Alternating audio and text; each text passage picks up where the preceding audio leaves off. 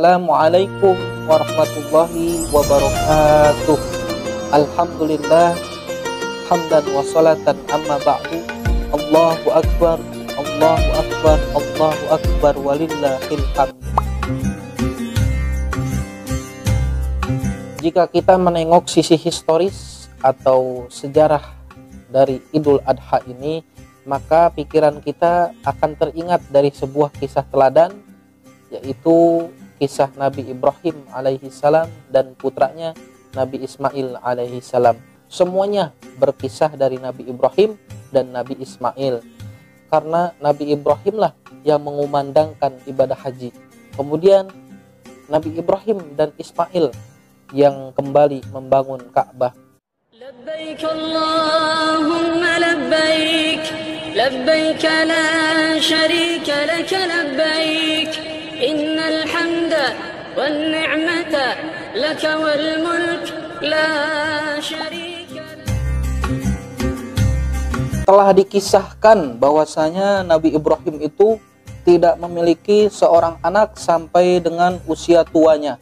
Lalu kemudian Nabi Ibrahim berdoa kepada Allah sebagaimana doanya diabadikan di dalam Al-Quran, surah As-Saffat ayat 100.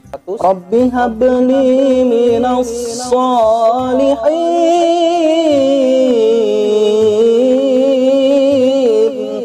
Nabi berdoa kepada Allah, ya Allah ya Tuhanku, karuniailah aku seorang anak yang soleh.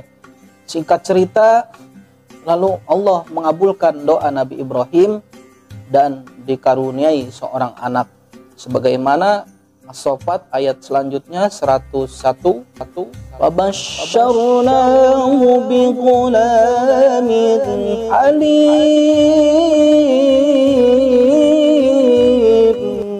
Maka kami berikan kabar gembira kepada Ibrahim atas dilahirkannya seorang anak yang sabar, yaitu Ismail. Dikisahkan ketika itu Nabi Ibrahim alaihissalam diperintahkan oleh Allah untuk membawa Ismail kecil dan ibundanya Siti Hajar ke sebuah lembah, ke sebuah padang pasir, ke sebuah tempat yang sangat gersang untuk memindahkan Ismail dengan ibundanya Siti Hajar. Allah memerintahkan Nabi Ibrahim. Kemudian Nabi Ibrahim pun meninggalkan mereka berdua. Tempatnya adalah yang kita kenal sekarang, yaitu kota Mekkah Al-Mukarramah. Lalu ketika Ismail beranjak dewasa, maka Nabi Ibrahim pun merasa senang dan gembira. Akan tetapi kegembiraan itu tiba-tiba buyar. Bukan buyar, tiba-tiba kegembiraannya hilang karena sebuah mimpi dari Allah Subhanahu wa taala. Nabi Ibrahim bermimpi bahwasanya Allah memerintahkan beliau untuk mengorbankan anaknya, untuk menyembelih Ismail alaihissalam. Setelah puluhan tahun menunggu, tiba-tiba harus dijadikan kurban dan disembelih oleh tangannya sendiri. Dengan berat hati, akhirnya Nabi Ibrahim alaihissalam menyampaikan mimpinya kepada Ismail. Quran surah As-Saffat ayat selanjutnya, yaitu ayat 102. Maka ketika Ismail beranjak pada usia yang sanggup atau usia yang dewasa, maka Ibrahim berkata kepada Ismail, Ra'aitu fil manami anni azbahuk, fanzur madza tara.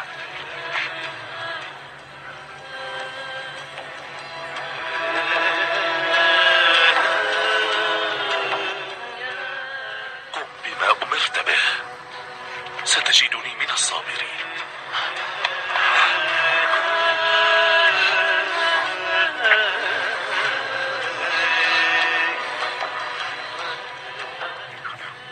أبتي توكل على الله واصبر. Lalu setelah itu Nabi Ibrahim pun membawa Ismail ke atas bukit.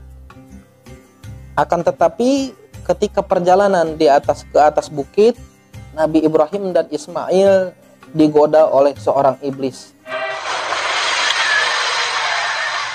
قل لي ماذا تفعل ماذا يفيدك ابن مذبوح وليس عندك من يخلفك.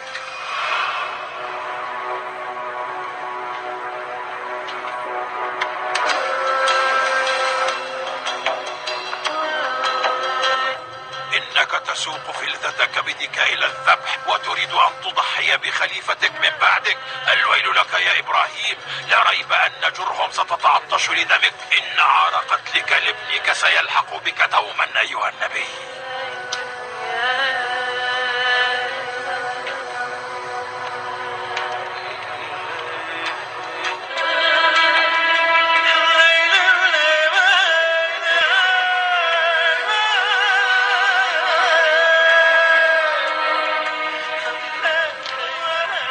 اغرب عن وجهي، اغرب عني.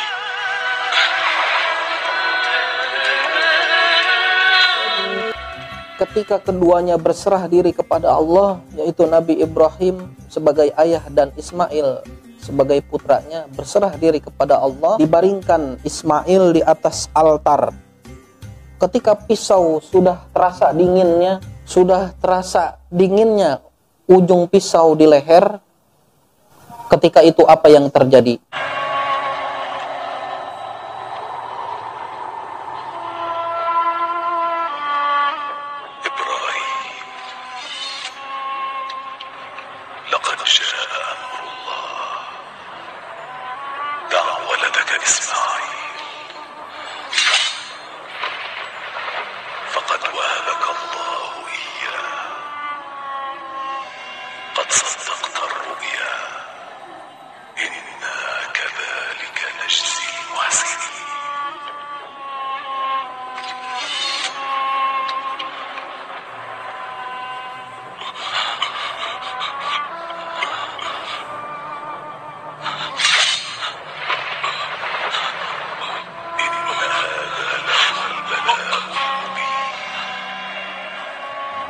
Allah mengutus malaikat untuk menggantikan Ismail dengan seekor kambing yang sangat besar. Wa fadainahu bidzibhin 'adzim. Ketika itu malaikat membawa seekor kambing yang sangat besar dan menggantikan Ismail.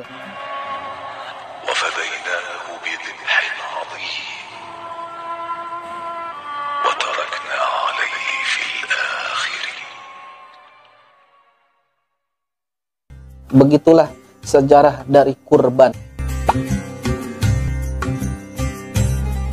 Nanti kalau teman-teman insya Allah ada nasib untuk berangkat menunaikan ibadah haji dan umroh, amin ya Allah ya Rabbal Alamin, mampir atau sampai ke tempat yaitu namanya Mina, di dekat melontar jumroh. Di atas bukitnya ada istana Raja Arab Saudi. Kemudian di tepi temboknya, karena di pagar sangat tinggi tuh tempat Raja Saudi itu. Nah, di tepi temboknya itu ada kubah kecil di atasnya. Disitulah tempat penyembelihan Ismail oleh ayahnya Nabi Ibrahim alaihissalam. Sampai sekarang masih ada.